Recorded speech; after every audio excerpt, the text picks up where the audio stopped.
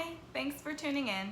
Today I wanted to share the luxury items I never thought I'd own. I know this was a tag that was popular about 6 months ago or so, and I really enjoyed watching those videos when they came out. And recently I have been adding some items to my collection that really made me think, wow, like I never thought I'd really own these pieces. So I thought I would share some of my surprise luxury pieces. I'm actually going to be sharing categories of items rather than specific pieces. I know everybody had their own approach to this tag, but that's really how I approached luxury. There were certain categories of items like handbags and small leather goods and accessories that were definite pieces that I knew I would want to build my collection with.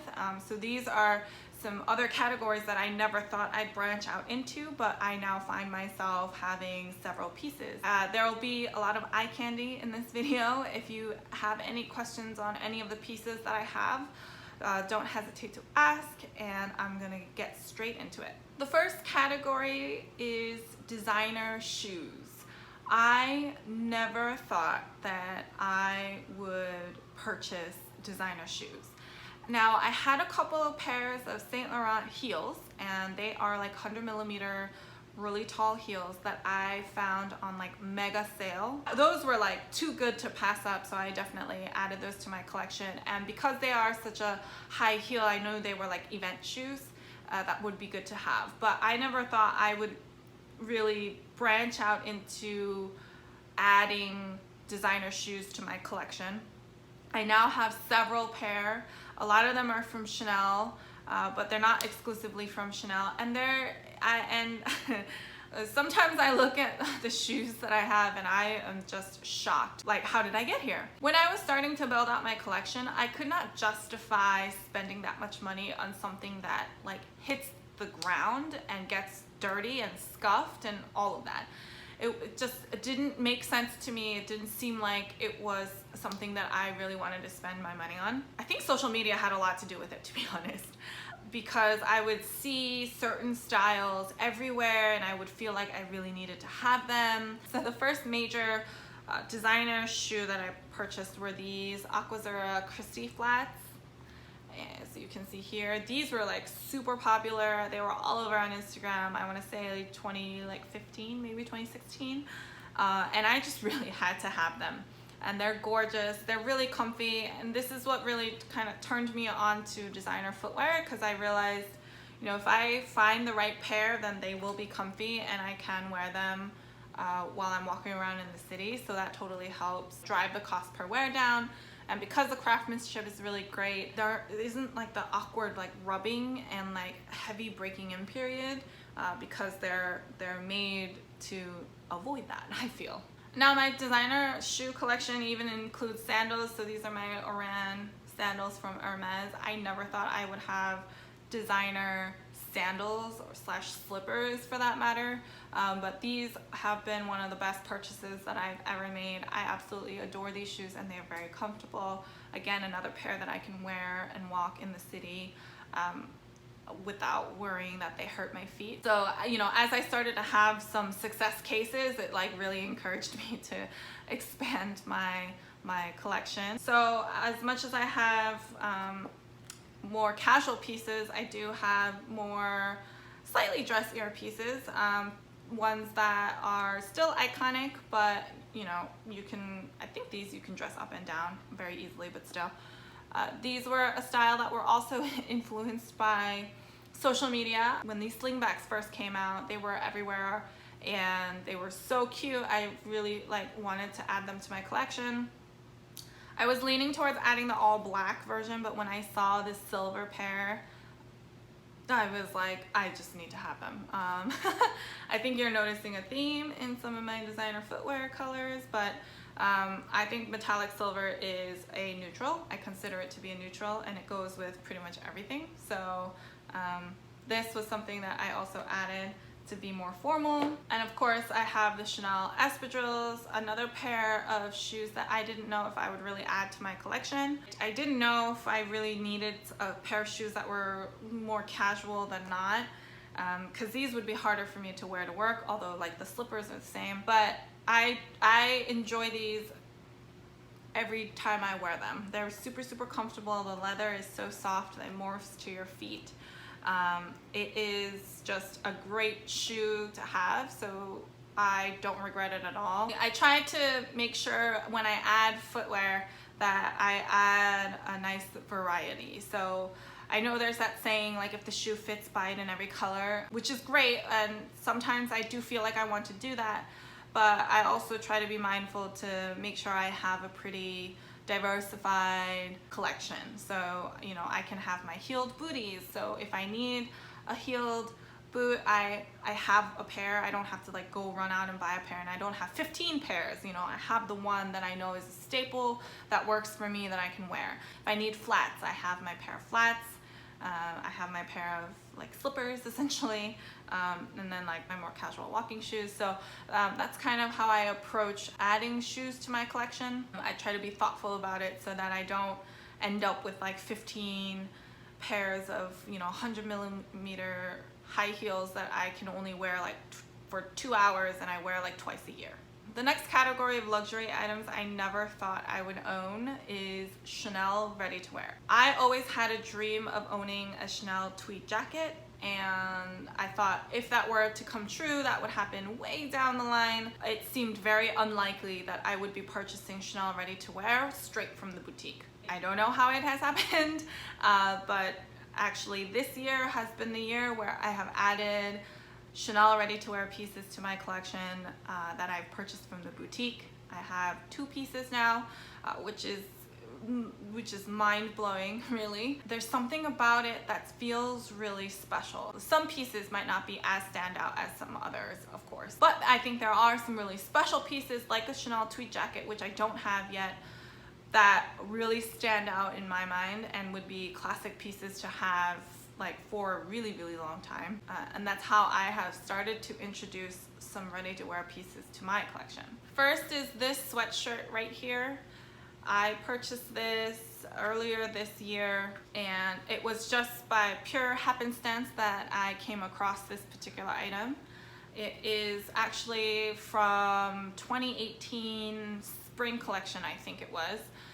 So it was a more outdated item that they had a few left, and I was able to snag this up. The back is blank.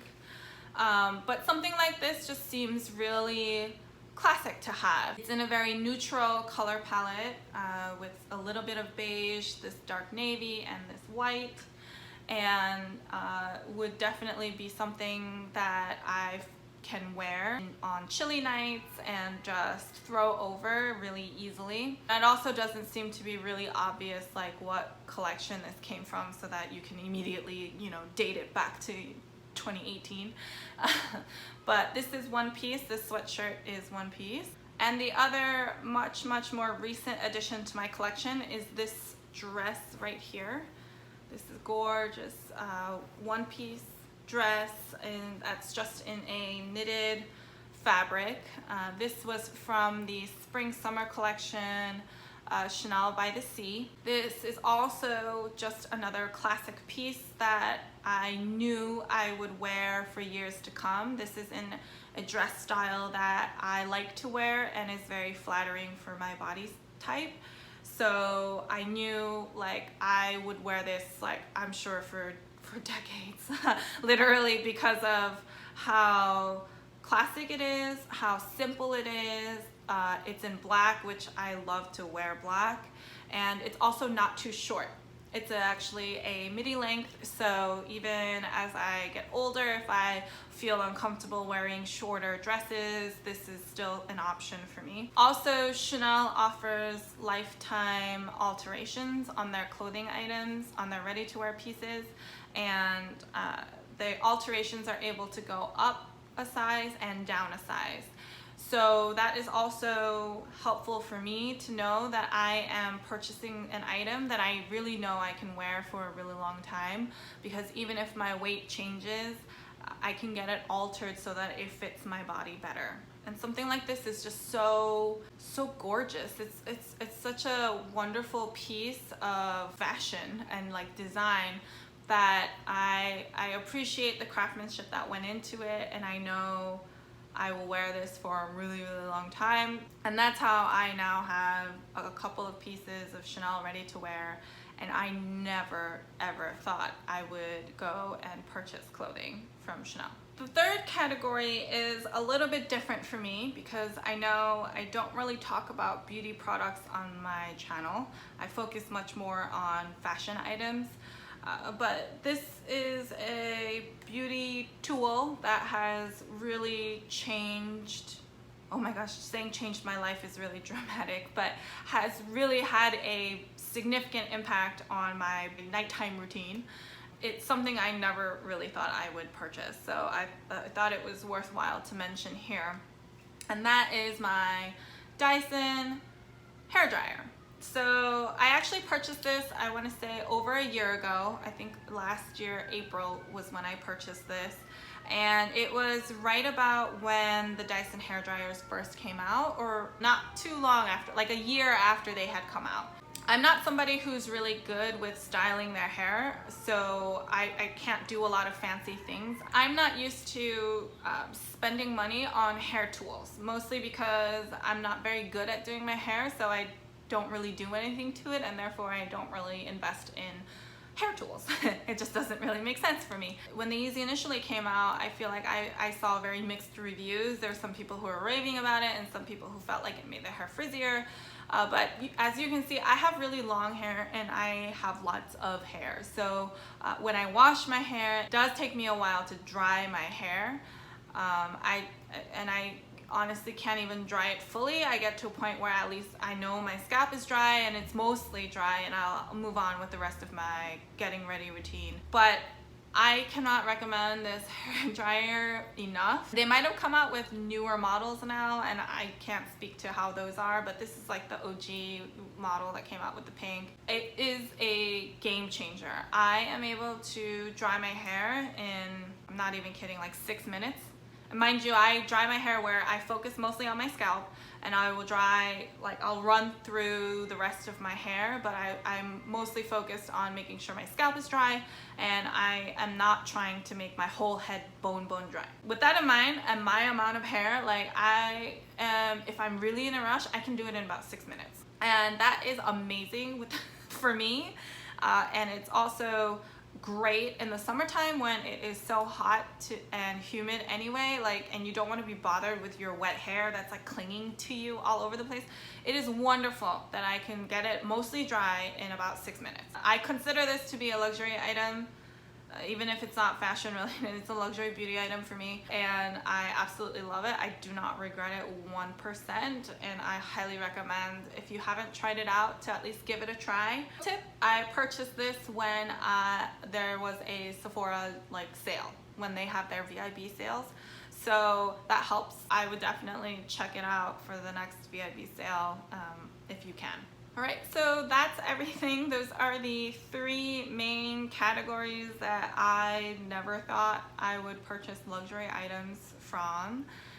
So those were shoes, they were Chanel ready to wear, and also beauty tools, or hair tools specifically. But I hope you enjoyed this video. I hope you found it helpful. If you have any questions on any of the items, feel free to leave them down below or head on over to Instagram. I'd be happy to help however I can. If you like this video, please give it a thumbs up. I really appreciate all of your feedback and support. If you like this kind of content, I put out new videos every Sunday, so if you'd like to be one of the first to know, feel free to subscribe. So until next time,